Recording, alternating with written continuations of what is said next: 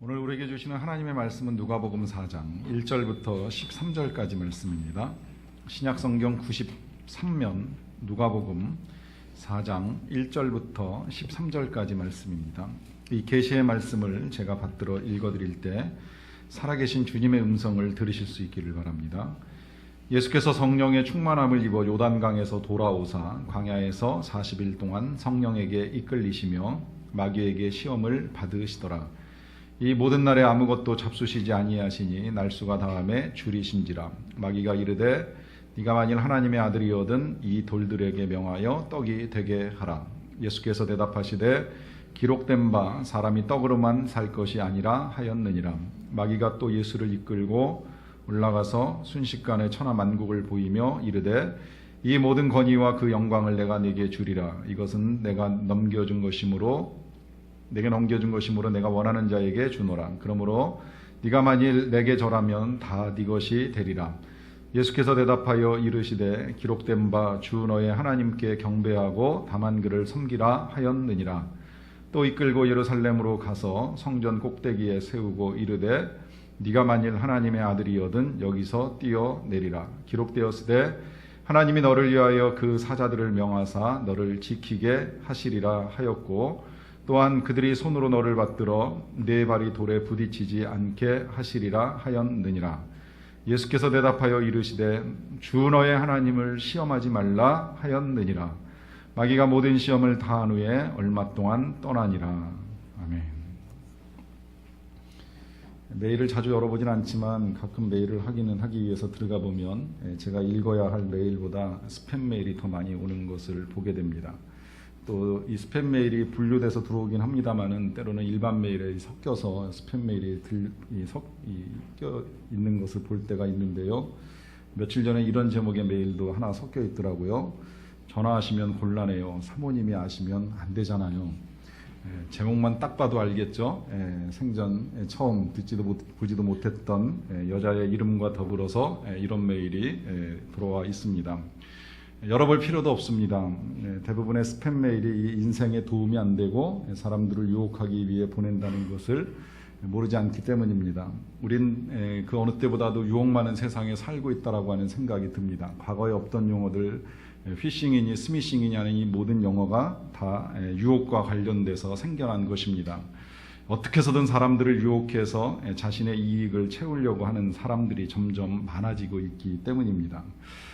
성경적으로 본다면 그 근원은 사단입니다. 사단은 사람들을 악하게 만들고 싶어 합니다. 이유는 분명합니다. 마지막 때에 주님이 오신다면 이제 사단은 지옥에 갈 수밖에 없는 존재인데 혼자 가기 싫어서 어떻게 해서든 한 사람이라도 더 미혹해서 죄악에 빠지게 하고 그 죄악된 사람들과 함께 가기를 원하기 때문입니다. 이 사단에 의하여 미리 유혹을 받은 인생들이 자신이 악한 줄을 모르고 또 다른 사람들을 유혹합니다. 유혹해서 자신의 이익을 채우기도 하고 함께 죄악 가운데 들어가려고 하는 일들을 수없이 일으킵니다. 우리는 그래서 이 유혹 많은 세상에서 우리의 마음을 지켜야 합니다. 그것은 이 마음에서 우리의 생명이 나기 때문입니다. 안 그러면 엉뚱한 일에 휘말리고요. 그 결과로 큰 손해를 보거나 더 나아가서는 죄악 가운데 거할 수가 있습니다.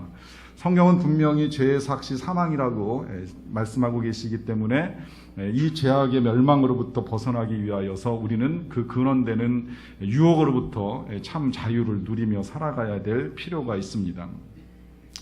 이 죄나 악이라고 하는 것이 처음부터 인간에게 찾아오지 않습니다. 그 모습을 처음부터 드러내놓는 일은 흔하지 않습니다. 제가 여러분들께 죄 짓고 싶으시냐 질문 드리면 아마 대부분 다 그렇지 않다라고 말씀하실 것입니다. 그냥 유혹에 내 몸을 좀 던져버리고 싶다라고 하는 욕망에 이끌리는 삶을 사시는 분들이 아니라면 난 그래도 좀 죄로부터 벗어나 건강하고 거룩하게 살고 싶다라고 하는 생각을 다 가지고 계시리라고 생각합니다. 그런데 문제는 그럼에도 불구하고 우리가 죄 가운데 빠지는 일이 일어납니다. 그것은 이 죄라고 하는 것에 앞서서 유혹이 먼저 우리를 찾아오기 때문입니다. 그리고 이 유혹은 언제나 달콤합니다.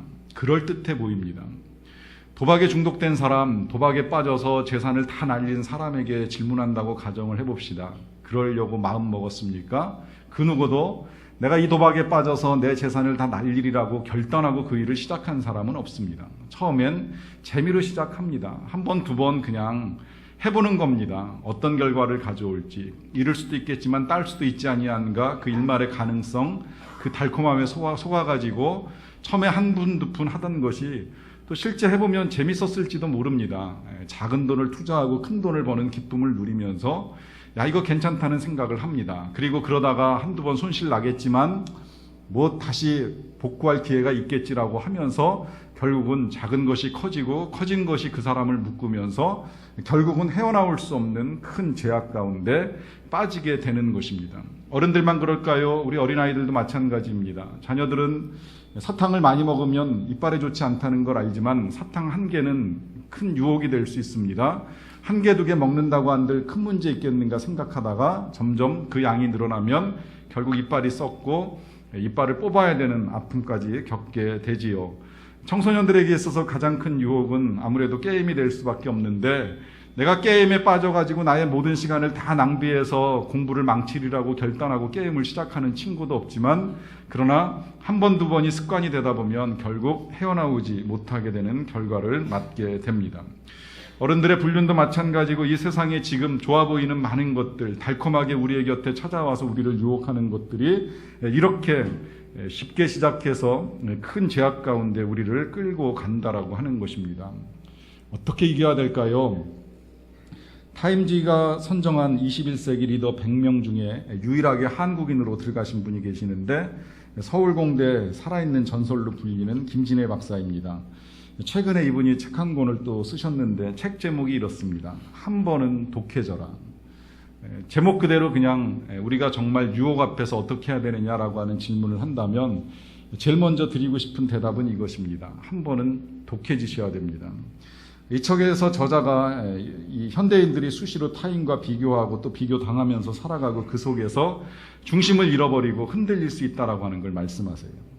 그러나 설령 온갖 불안과 괴로움 그리고 유혹이 우리의 삶을 흔들지라도 자신을 지켜야 되는 건 자신의 몫이라고 하는 것입니다. 자기의 중심을 잃어버릴 때, 유혹에 흔들려 중심을 잃어버릴 때 삶의 괴로움이 커지겠지만, 반대로 중심을 지키고 독해질 수 있을 때 삶이 더 깊어지고 또 넓어진다는 것입니다. 그래서 한 번은 독해져야 된다는 걸 당부합니다.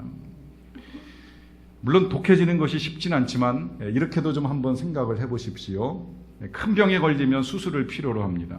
죽을 병이라면 수술을 해서 병에 근원되는 암덩어리를 떼내야 되는 일들도 있을 수 있습니다. 수술하지 아니하면 생명의 위협이 있습니다. 그러면 수술을 해야 되는데, 사실 수술을 받아보신 분들은 아시겠지만 수술 자체도 쉬운 건 아니에요. 입원 절차를 밟아야 되고, 그 다음에 마취를 해야 되고, 수술실에 들어가면 칼로 몸을 째고 병을 떼내고, 그 다음에 봉합하고, 그 다음에 마취해서 깨어나면 일단 깨는 과정도 어렵고, 그리고 깨어나면 그 다음에 통증이 밀려 들어오고 회복하는 데 여러 시간이 걸립니다.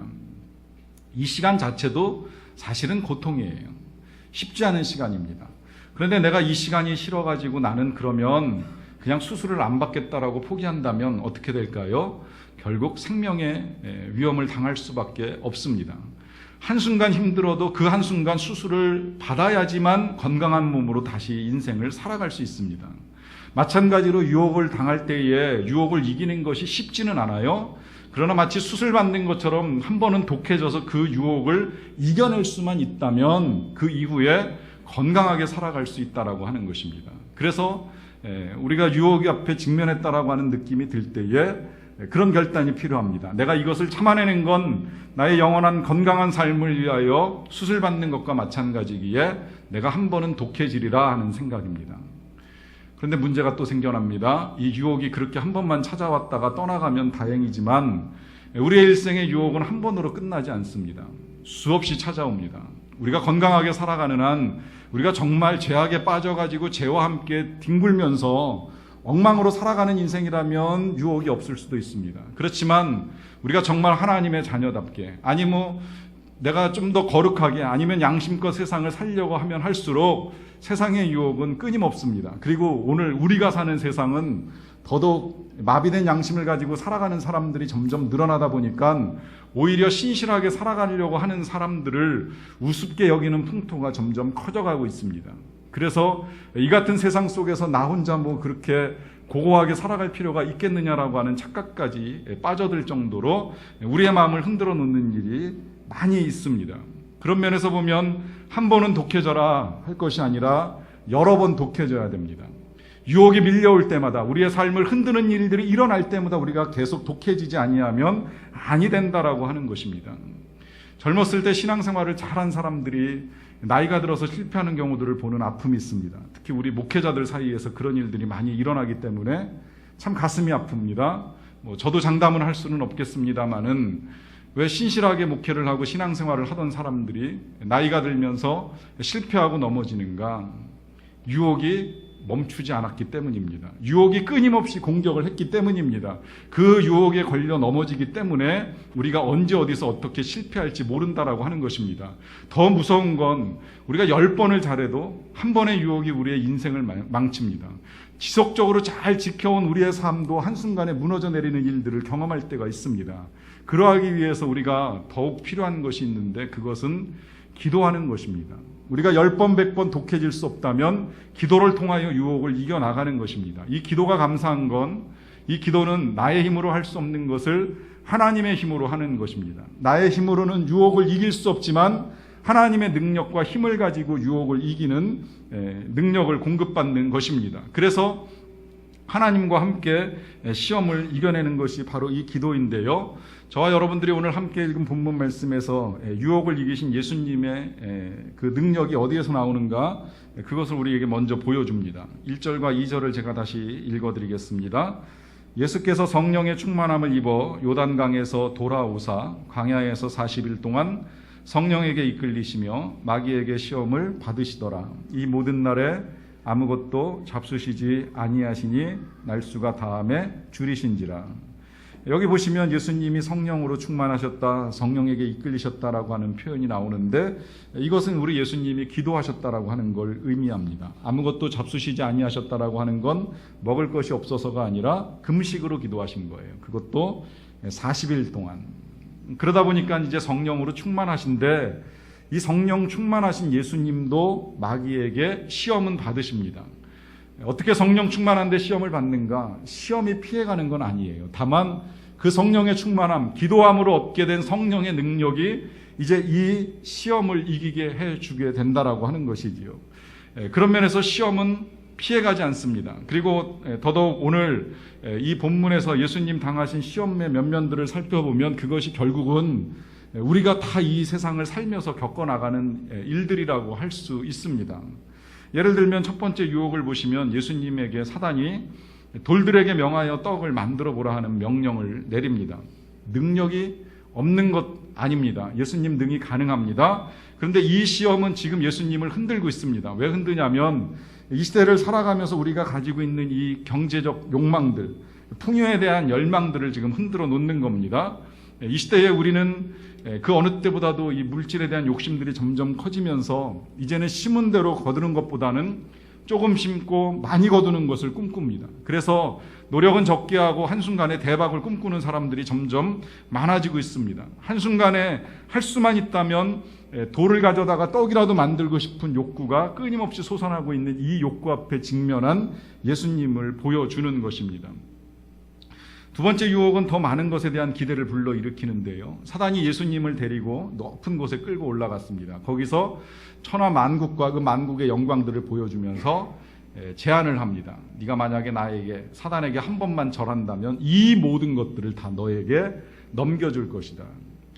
여러분 한 번쯤은 타협해보고 싶은 욕망 아닙니까? 정말 뭐 만국 아니라 그 중에 일부만이라도 얻을 수만 있다라고 한다면 한 번쯤 절하는 게 뭐 그렇게 문제가 되겠는가? 내가 이 일에 타협하는 것이 뭐 그렇게 어려운 문제겠는가 생각하면서 우리의 삶에 찾아 들어오는 이 권세에 대한 욕구들, 하나님처럼 되고 싶어하는 이 욕망들을 지금 흔들어 놓고 있는 것입니다. 거기에 더하여 세 번째 유혹은 이제 예수님의 명예욕을 자극하는 것인데요. 예수님을 성전 꼭대기에 세우고 요구합니다. 뛰어내려봐라. 네가 진짜 하나님의 아들이라면 네가 뛰어내릴 때에 천사들이 너를 받들어 줄 것이다. 그리고 그 일을 통하여서 네가 하나님의 아들이라고 하는 것을 좀 보여줄 수 있겠느냐라고 하는 식의 유혹을 하고 있습니다. 생각해보면 못할 것도 없어요. 예수님이 뛰어내리신다라고 한들 다치겠는가?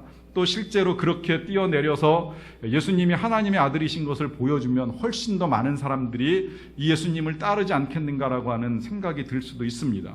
그런데 예수님은 이 모든 사단의 제안을 거절합니다. 이유는 지금 예수님이 이 세상에 오신 목적은 사단의 말을 듣기 위한 것이 아닙니다. 천하만국의 권세를 얻기 위한 것이 아닙니다. 능력을 과시하기 위한 것이 절대 아닙니다. 능력을 보여줘가지고 명예를 얻기 위한 것 또한 더더욱 아닙니다. 예수님이 오신 목적은 한 가지, 하나님의 뜻을 따라 하나님의 말씀을 이루어가는 것입니다. 그러하기 때문에 이 모든 유혹들을 예수님이 거절합니다. 이 거절이 가능한 건 예수님께서 기도하셨기 때문이라고 하는 것입니다. 이 기도가 유혹을 이기는 힘이 됩니다. 자신의 힘으로 이길 수 없을 때에, 우리의 연약함이 그대로 드러나서 유혹에 노출될 때에, 그때 우린 누구도 자신할 수 없기에 기도함을 통하여서 이와 같은 시험을 이겨내야 된다라고 하는 것입니다. 선교에서 결실들을 맺는 소식을 듣는 건 참 감사한 일인데, 또 역으로 선교사님들이 겪는 어려움의 소식을 듣는 건 참 마음이 아픕니다. 그 가운데서 질병이나 여러 가지 어려움들은 있을 수 있는 일들이라고 생각을 하지만, 진짜 속상한 건 몇 가지가 뭐냐면, 선교하러 나간 목사님이 선교하다가 오히려 그 지역의 이제 종교에 빠지는 일입니다. 모슬렘으로 선교를 나가셨던 선교사님이 모슬렘 사람들을 만나서 대화를 나누다가 거꾸로 모슬렘 신자가 돼서 이 교회에서 이제 선교 지원을 끊어내는 일. 우리 교회가 섬기는 선교사님은 아니지만 이제 그런 소식들을 듣는 일이 있을 때가 있습니다. 또 한 분은 그런 분 소식도 또 듣게 되었어요. 선교를 잘 하셨는데, 제 친구가 실제 겪은 일이에요. 선교를 잘 하시다가 선교가 잘 되면서 제 친구 목사에게 이제 동역을 해달라고 요청을 해서 이 친구가 이제 그 선교지에 이제 따라 나갔습니다. 가서 동역을 시작했는데, 데리고 간 그 선배 선교사님이 미국 국적을 가진 우리나라 선교사님인데 본국 미국으로 이제 돌아가시게 됐다는 거예요. 왜 그러냐 그랬더니, 선교를 하다가 통역을 해주는 자매하고 이 불륜을 저지르는 바람에 그걸 나라에서 알게 되고 이제 추방을 해버려서 다시 미국으로 갈 수밖에 없었다는 이야기입니다. 선교, 하나님의 말씀을 들고 하나님을 전하기 위하여 나간 사람들에게도 유혹은 있고요. 그 유혹 때문에 넘어져서 종교를 바꾸고 아니면 선교를 멈춰야 되는 일들이 있습니다. 왜 그럴까요? 기도하지 않기 때문입니다. 기도하지 아니하면 누구라도 무너질 수밖에 없다는 거예요. 그래서 기도를 부탁하는데, 이 기도 성경은 당부합니다. 쉬지 말고 기도하라. 항상 기도해야 된다는 거예요. 지속적으로 기도해야 된다는 거예요. 한순간도 기도를 멈춘다면 우리도 어느 순간 별것 아닌 것에 의하여 마음에 시험이 찾아들어오고, 그것으로 인하여 지금까지 잘 지켜왔던 믿음이 흔들리는 일들이 일어날 수 있다라고 하는 것입니다. 기도만으로 유혹을 이길 수 있는 건 분명히 아닐 수도 있습니다. 기도와 더불어서 해야 될 일이 또 한 가지 있는데요. 그것은 유혹받을 수 있는 환경에서 벗어나는 것입니다. 나 스스로 내 기도로, 내가 기도해서 유혹을 이겨낼 수 있다라고 하면 다행이지만, 난 아무리 기도해도 잘 안 되더라, 기도는 하지만 자꾸 넘어지더라 하는 생각이 들면, 그러면 차라리 그런 환경 가운데 있는 자신을 벗어나도록 도와주어야만 합니다. 수험 생활을 시작하는 학생들이 전화기를 바꾸는 이야기를 몇 차례 들었어요. 스마트폰을 쓰다가 이 스마트폰 옆에 있으면 자꾸 이것저것 봐야 되고 유혹을 받다 보니까 투지폰으로 바꾸어서 필요한 이제 통신만 하겠다라고 결단하는 친구들입니다. 이 전화기를 가지고서 공부를 하는 게 쉽지 않다는 걸 아니까 그 환경에서 벗어나기 위하여 전화기를 바꾸는 일을 하는 것입니다. 스스로 유혹받을 수 있는 환경을 차단하는 것이지요. 디모데후서 2장 22절을 보시게 되면, 이 디모데는 청년 때 사역을 시작을 하는데, 이 디모데에게 사도 바울이 이 청년 사역자에게 이런 부탁을 합니다. 또한 너는 청년의 정욕을 피하고 주를 깨끗한 마음으로 부르는 자들과 함께 의와 믿음과 사랑과 화평을 따르라. 무슨 수로 피하겠습니까? 청년의 정욕을 피하라고 이야기를 하는데, 그리고 깨끗한 마음으로 부르는 자들과 함께 가라고 이야기를 하는데, 지금 여기서 이 정욕을 피하는 방법 구체적으로 제시하진 않지만 가장 좋은 건 그 현장, 그 상황에서 벗어나는 거예요. 할 수만 있다면 깨끗한 마음으로 주를 찾는 사람들과 함께하는 것이고 이 제약에 빠질 수 있는 요인들을 피해가는 것입니다. 설교자에게는 사실 유혹이 없는 것이 아닙니다. 저에게도 여러 가지 유혹들이 있는데 그 유혹 중에 제가 유혹들을 이기기 위해서 저는 이제 신학교에서 배운 대로 하기는 합니다. 다른 사람 설교를 이제 도용하지 말라. 특히 다른 사람 설교집을 그대로 베껴가지고 이제 설교하는 일을 우리 신학교 교수님은 아담이 선악과를 따먹는 것과 같은 범죄라고까지 말씀하셔가지고 이제 금기시하시는데 이제 여기 여러분들이 이제 좀 오해하지 마셔야 될 건 그렇다고 해서 설교자가 다른 사람의 설교를 듣거나 읽는 것이 문제라는 건 분명히 아닙니다. 설교자도 설교를 듣고 읽고 또 좋은 것이라면 우리 성도들을 위하여서 이제 인용을 하는 일들이 있을 수는 있습니다. 이제 그런데 제가 여러 가지 그런 유혹들 가운데에 그냥 받아들여 버리는 유혹이 있습니다. 유혹을 당할 때에 이 유혹으로부터 벗어나기 위하여 애쓰지 않고 그냥 그 유혹을 당해버리는 유혹이 있는데 그것은 과거에 사용했던 예화를 다시 사용하고 싶은 유혹입니다. 이 예화가 이제 너무 좋아가지고 아니면 이 설교에 이제 적절하다 싶을 때에 한번 다시 인용해서 사용하는 일이 있는데 이용하는 명분은 그렇습니다. 제가 그 설교를 할 때는 들었던 사람이 많지 않기 때문입니다. 우리 교회는 재밌는 게 그 주일 예배에 참석하시는 분들과 또 수요일 새벽기도, 금요기도에 나오시는 분들이 많이 바뀝니다.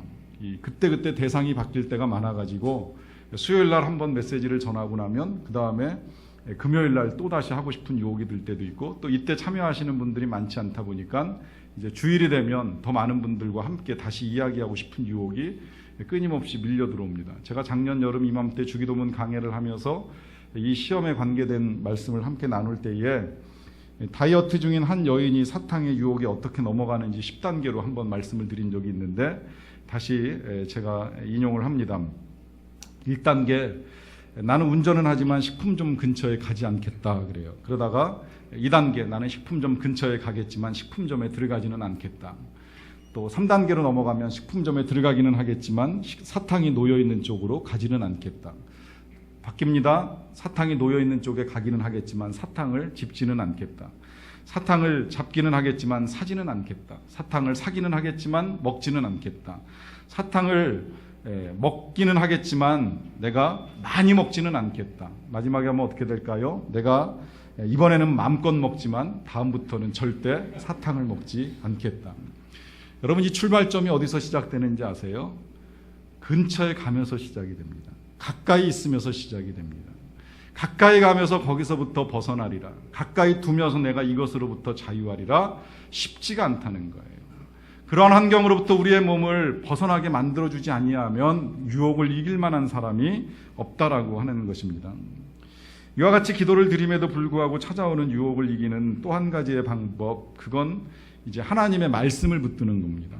정확하게 말씀드리자면 하나님의 말씀에 우리가 붙들려야 됩니다. 오늘 예수님께서 유혹을 이기실 때 대답하신 말씀들이 다 하나님의 말씀인데요. 4절에 이렇게 말씀하셨습니다. 기록된 바 사람이 떡으로만 사는 것이 아니라. 또 8절에서는 기록된 바 주 너의 하나님께 경배하고 다만 그를 섬기라. 그리고 마지막 12절에서 주 너의 하나님을 시험하지 말라 하였느니라 라고 하면서 구약의 말씀들을 가지고 예수님이 지금 이 시험을 이겨나갑니다. 우리의 영혼이 하나님의 말씀을 붙들지 아니하면, 그리고 하나님의 말씀이 우리를 붙들어주지 아니하시면 우리가 넘어질 수밖에 없다라고 하는 걸 예수님이 몸으로 친히 보여주십니다. 그래서 우리가 말씀을 읽어야 되기도 하고 또 때를 따라서는 말씀을 암송해야 되는 이유가 있습니다. 그것은 그렇게 살아가지 아니하면 우리가 언제 어디서 어떻게 넘어질지 모르기 때문입니다. 최근에 알게 됐는데 제가 존경하는 영락교회 원로 목사님이셨던 고 한경직 목사님께서 나이 90이 다 되셔서 산책을 하시는데 그냥 걷기만 하시는 게 아니라는 거예요. 말씀을 묵상하신다는 거예요. 입으로 중얼거리면서 말씀 묵상하시면서 산책을 하신다는 걸 알았습니다. 그런데 그 말씀을 묵상하기 위하여서는 그 연세에도 계속해서 성경 말씀을 암송하는 일을 매일같이 하셨다는 거예요. 그래서 집안에서 말씀 먼저 암송하시고 암송하신 말씀을 가지고 산책을 하시면서 계속 묵상 중에 산책을 하셨다라고 하는 말씀을 듣게 되었습니다.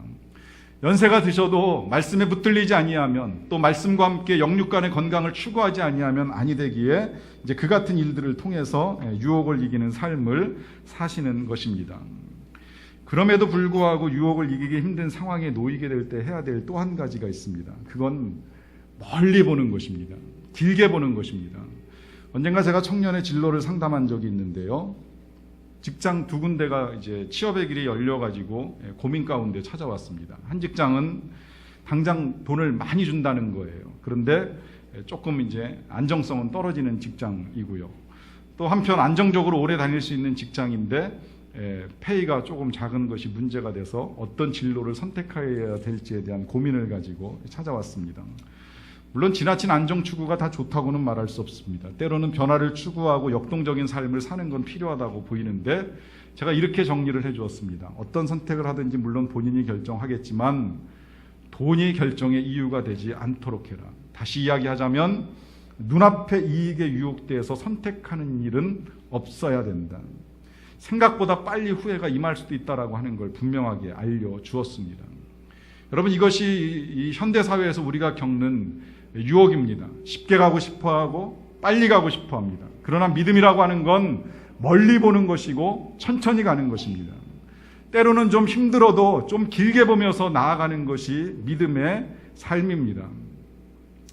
하나님의 나라가 언젠가는 분명히 임하는데 그 하나님의 나라가 임할 것을 믿지 못하고 현재의 유혹에 빠져서 즐기려고 하는 사람을 비유하는 좋은 표현이 있는데요.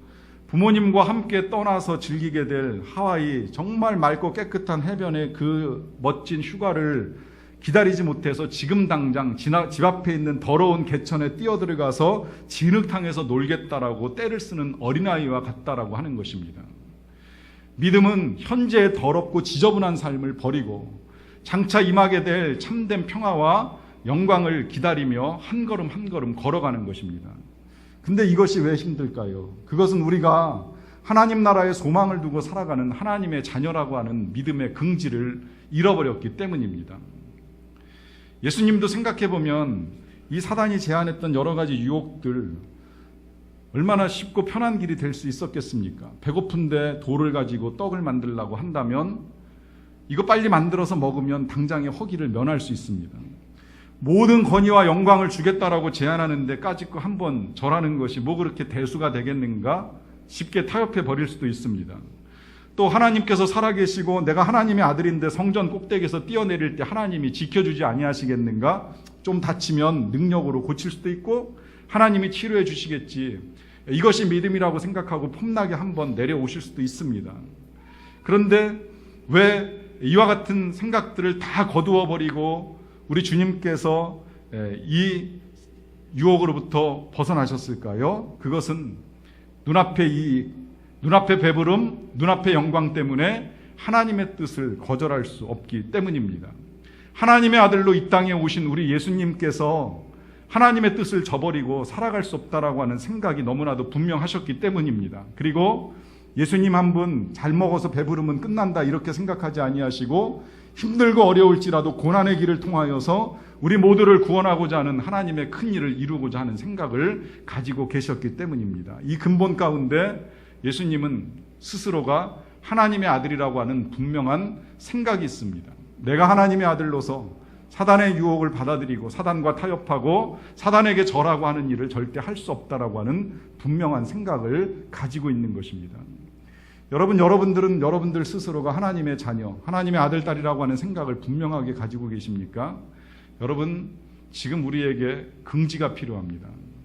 우리가 지난 8월 15일 광복절을 맞이하고 69년 세월이 흘렀는데요. 과거에 야구를 좋아하시던 분들은 우리나라 선수 중에 장훈이라고 하는 이름의 선수를 기억하시는 분들이 계실 겁니다. 프로야구로 우리나라에서 선수 생활을 하시지는 않았지만 일본 프로야구에서 아주 오래전에 선수 생활을 하신 분이신데 워낙 실력이 좋다 보니까 일본으로 건너가서 인기가 좋았어요. 일본 사람들이 좋아합니다. 그런데 어느 한순간 인기가 꺾이는 때가 이르렀습니다. 이유는 이 사람이 당시 일본으로 건너갔던 우수한 우리나라 선수들 중에 유일하게 일본으로 기화하지 아니하였기 때문입니다. 여러 가지 좋은 조건과 제한들이 있었지만 그 모든 것들을 거절하고 한국 사람으로 남기를 원하여서 기화를 거절합니다. 그러다 보니까 이제 처음에 얻었던 그 모든 인기들이 사라지고 나중에는 욕을 먹는 일이 일어나게 됐는데, 하루는 타석에 섰을 때에 한 사람이 운동장에서 소리를 질렀어요. 조센징은 가라, 너희 나라로 돌아가라 소리를 질렀습니다. 근데 이 소리가 한 사람으로 끝난 것이 아니라 함께 그 자리에 있었던 많은 구경꾼들이 함께 소리를 지르는 일들이 일어났습니다. 조센징은 가라, 너희 나라로 돌아가라, 계속해서 소리를 지릅니다. 장훈 선수가 그 소리를 들으면서 기다립니다. 사람들이 잠잠해지기까지 기다리다가 이 사람들이 조용해지고 난 다음에 소리를 지르면서 대답을 합니다. 그래, 나는 조센징이다. 비록 돈을 벌기 위하여 야구를 하기 위하여 남의 나라에 건너와 있지만 스스로가 우리나라 사람이라고 하는 사람의 긍지를 잃어버리지 아니하고 꿋꿋하게 서 있습니다. 그리고 투수가 던져주는 공을 받아서 또다시 홈런을 날립니다. 아주 오래전에 샘터라고 하는 책에 소개되었던 글인데 읽을 때 참 가슴이 뿌듯해집니다. 왜 그럴까요? 긍지를 가지고 있기 때문입니다. 우리나라 사람이라고 하는 긍지를 보여주는 일입니다. 여러분, 우리는 대한민국 사람이라고 하는 긍지를 가지고 살아가는 것도 필요하지만 한편 우리가 하나님의 나라 사람이라고 하는 것도 절대 잊어서는 아니 됩니다. 우리는 하나님의 백성입니다. 하나님의 자녀입니다. 하나님의 아들, 딸입니다. 이 하나님의 자녀가 하나님 나라에 들어가기 위하여 당장 눈앞의 유혹에 눈멀어 더러움 가운데 빠지시겠습니까? 아니면 좀 힘들지라도 이 유혹을 이겨 거룩한 삶으로 하나님의 영광을 보는 기쁨을 누리시겠습니까? 저와 여러분 모두가 다 그 같은 영광을 누리실 수 있게 되기를 간절히 축원합니다. 같이 기도하시겠습니다. 오늘 이 시간에는 우리가 좀 이렇게 결단하며 함께 기도했으면 좋겠습니다. 하나님께 이렇게 좀 기도를 드리며 나아가기를 원합니다. 여러분, 이렇게 기도합시다. 하나님, 내가 하나님의 자녀인데 이 하나님의 백성됨의 긍지를 잃어버리지 아니하고 또 죄악과 타협하지 아니하고 유혹에 넘어가지 아니하고 정말 거룩하게 신실하게 깨끗한 마음으로 살기를 원합니다. 죄악 가운데 빠져 뒤엉켜 돌아가는 것이 아니라 신실한 삶으로 하나님의 영광도 드러내고 더 나아가서는 우리를 위하여 예비하고 계신 영광의 그 귀한 것들을 보게 되고 경험하게 되는 그날까지 나에게 허락하신 이 거룩한 삶을 끝까지 잘 지켜 나가겠습니다 라고 하는 고백을 각자의 목소리로 하나님 앞에 올려드리는 시간을 잠시 갖도록 하겠습니다. 기도하시겠습니다.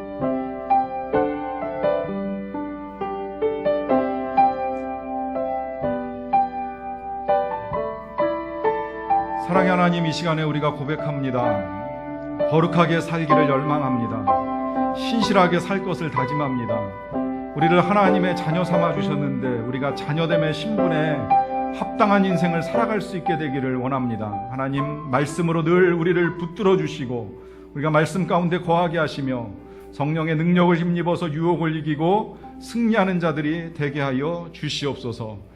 이 일로 말미암아 하나님께 영광을 올려드리며 또 우리에게 장차 임하게 될 영원한 영광의 기쁨의 날들을 소망하며 살아가는 주의 백성들 다 되게 하여 주시옵소서. 예수님의 이름으로 기도하옵나이다.